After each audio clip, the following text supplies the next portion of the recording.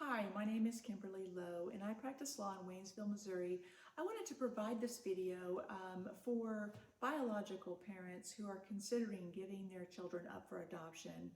I think there's a lot of information out there for adopted parents or prospective adopted parents, but I wanted to address this issue from the perspective of the biological parent. And if that is you, if you are in a position where you're considering giving your child or your unborn child up for adoption, I just want to say thank you. That is such a gift. There are so many families that I have met and worked with over my very long career who would give anything to have a child and to love a child. And what a wonderful gift for you to consider giving your child a home with one of these families that is just desperate to have a little life in their home and to raise this beautiful soul. So a couple things I want to talk about. I want to talk about your rights. The right to be a parent is a constitutional right. It's a right guaranteed by our Constitution and the rights of life, liberty, and the pursuit of happiness. And so each state has what's called a waiting period before you can legally sign a consent. In Missouri, you have to wait 48 hours after the baby is born before you can sign a consent. So a consent that is signed less than 48 hours before the birth of the baby would be invalid. There are several placement options. So if you're considering working with an agency, obviously they're going to usually have an attorney on staff or on contract, and they can help you with the legalities. But keep in mind, they're probably not going to be representing you. If you have found a placement for your baby or your child, a private placement that is just a friend or a relative or someone that you trust or someone you've heard about that's looking for a baby, the process is the same. It's just a lot less expensive if it's not through an agency. I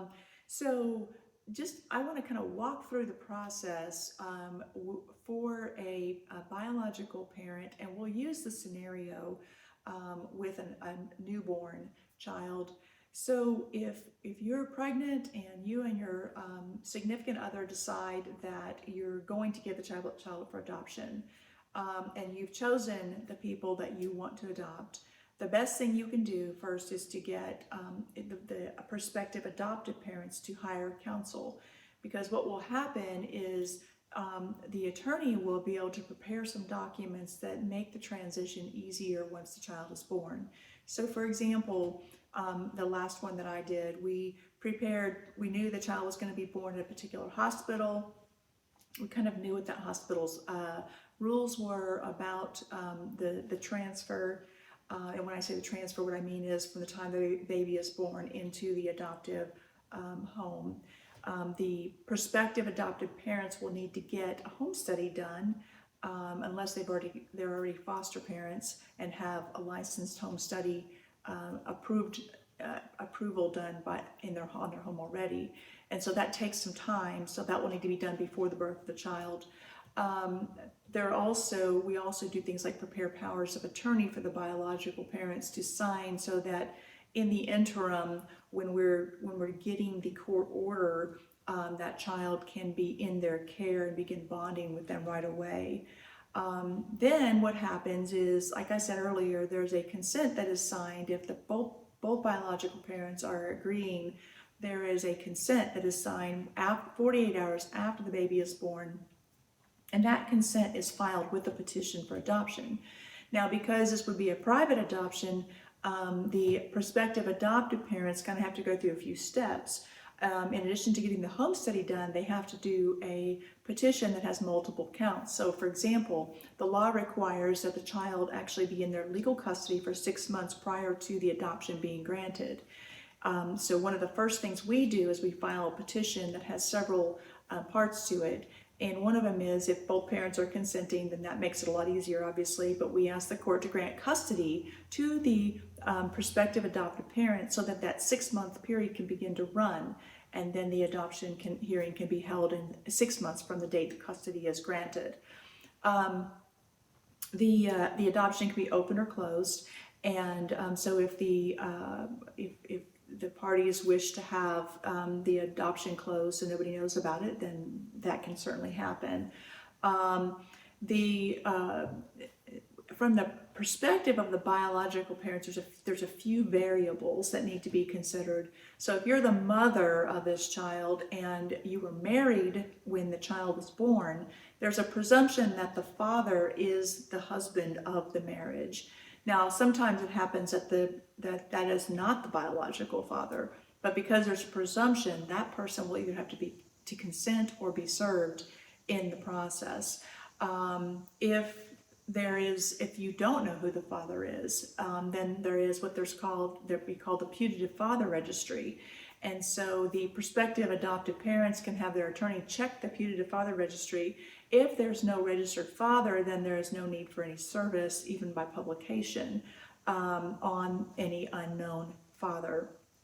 Obviously, if there is a father, then that person is either going to need to consent or be served in order for the adoption to take place. Again, because all biological parents have constitutional rights, they either have to consent for the adoption to be granted or they have to be served and given the opportunity to contest the case. As I've mentioned in other videos, there's a legal standard that the court has to make findings about if there is not a consent. So if you as a biological parent are in a situation where maybe you have been having a rough patch in your life and you've been unable to care for your children and they've been in the care of a third party, then beware that if 6 months passes where you are not caring for this child, there is a legal standard whereby there's no consent required for the adoption. Obviously, hopefully if you're watching this video, you have a deep concern for your child, and if you're considering adoption, you're considering that maybe you can't give your child a home, or you're not ready to do that. This wasn't a planned pregnancy, but you have decided to give this child a life. Then there are a lot of people out there who would gladly take your child and raise him or her and give them a wonderful life. And in working towards that goal, if you feel like you need to have your questions answered in more depth than this video can cover, please feel free to give my office a call, and we can talk to my staff and let them know you watched this video and that you would like an appointment to discuss the option of giving up your child for adoption and what that looks like and how that process would work. Just a couple other educational, informative things that you might not know about. Missouri does have a safe haven law, which allows you to give your child in certain circumstances that would not be criminal. So obviously if you abandon a child, that's an act of criminal. It's a criminal. You'd be charged criminally, and to avoid that, there are certain ways to engage with certain people, to like law enforcement and that sort of thing, that will allow you to give that child up without having any criminal liability or being charged criminally. So you can Google safe haven laws and look this information up, but I want to let you know it's out there. If you have any questions and you want to explore this option of giving your child up for adoption, I would be happy to talk to you about that in further detail. There are a lot of options or a lot of contingencies that I have not covered in this video, just because there's endless possibilities of things that could come up and scenarios that can change. But I do want to say that it is such a gift. It's just such a gift to give your child a home with parents who are ready, willing, and able to care for, nurture, and train this little person. And if you are not in a position to do that and you want help, just let us know. Give us a call. My office number is 573-774-3615, and I've handled hundreds of adoptions and would be very happy to talk to you.